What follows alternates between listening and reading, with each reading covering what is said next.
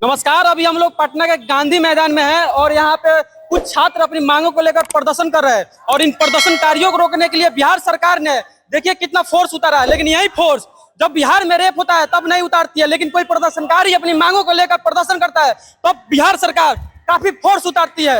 अब देखिए कितने फोर्स पुलिस उतारी है, लेकिन यही फोर्स कभी नहीं उतारती है। अब आइए यहाँ पे तमाम छात्रों से जानने की कोशिश करेंगे कि अपनी मांग को लेकर क्या मांग कर रहे हैं। चलिए यहाँ जानने की कोशिश करेंगे कि तमाम छात्र अपनी क्या मांग कर रहे हैं। क्या नाम है सर आपका? मेरा नाम धनंजय है। क्या चीज के लिए मांग कर रहे हैं? यहाँ पे मांग चल रही है कि जो नेशनल एजुकेशन पॉलिसी के तहत 7.5 CGPA लाया गया है चौथे साल। आपको रोकना चाहूंगा, थोड़ा इधर घुमाइए। इधर घुमाइए। मैं आप लोगों को जानकारी के लिए बता दूं कि सरकार ने 29 जुलाई 2020 को नीति शिक्षा आयोग ने लागू किया था। क्या सही बोल रहे ना? ये 2020 में लागू हुआ, नई शिक्षा 29 जुलाई 2020 को लागू की गई थी और इसके तहत आप जानिए कि एक कोशिश है कि शिक्षा से किस तरह से छात्रों को वंचित रखा जाए, ये सवाल है।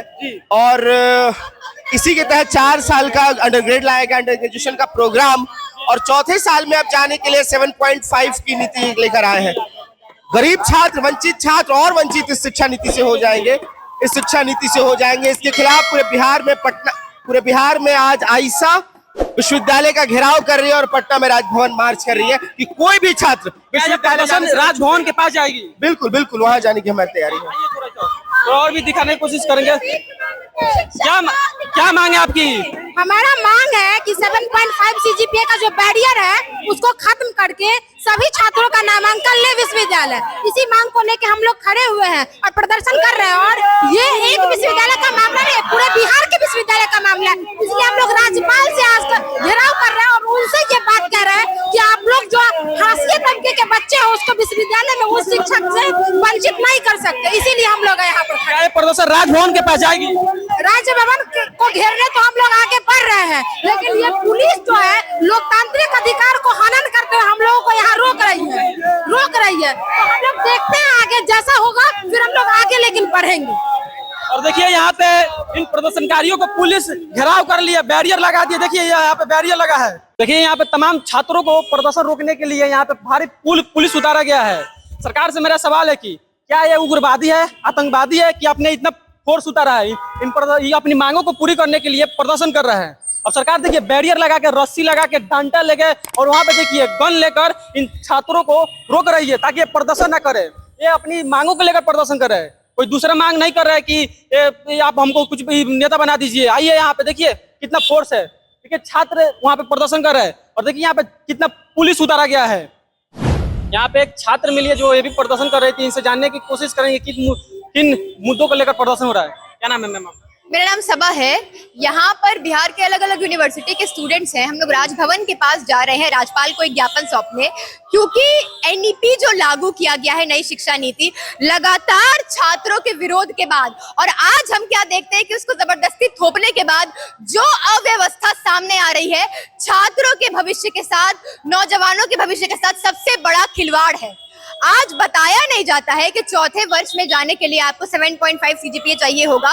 रिजल्ट आने के बाद कहा जाता है कि अरे ये क्राइटेरिया है एनईपी का, हम लोग तो बताना ही भूल गए। केंद्र यूनिवर्सिटी को बताना भूल गया, यूनिवर्सिटी प्रोफेसर को बताना भूल गई, प्रोफेसर स्टूडेंट्स को बताना भूल गए। तब आप भुगतिए, आप देखिए क्या होने वाला है। तो जिन छात्रों ने एनईपी को स्वीकार करके उस तरह से प्लानिंग की थी, अब वो कहाँ जाएंगे? तो ये जो नाजायज नियम है इसको हटाना चाहिए और पूरी तरह से एनईपी को खारिज करना चाहिए, क्योंकि एनईपी की कोई व्यवस्था नहीं है इस देश में, बिहार में, और ये सिर्फ छात्रों को, वंचित छात्रों को, हाशिए के छात्रों को, महिलाओं को शिक्षा से दूर रखने का एक यंत्र बनाया गया है।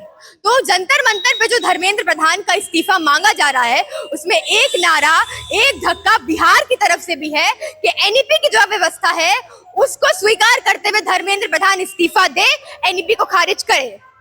लेकिन ये जो लागू हुआ 2020 में लागू हुआ था, लेकिन आज मांग हो रही है 2026 में मांग हो रही है, क्योंकि 2020 में ये लागू हुआ, उसके बाद इसको आने में इसके खिलाफ बहुत विरोध हुआ, पूरे देश भर में विरोध हुआ, बड़े बड़े प्रोफेसर, एक्टिविस्ट, शिक्षाविद सबने कहा कि इसको लागू नहीं करना चाहिए, फिर भी ये लागू हुआ, लॉकडाउन में जबरदस्ती लागू हुआ।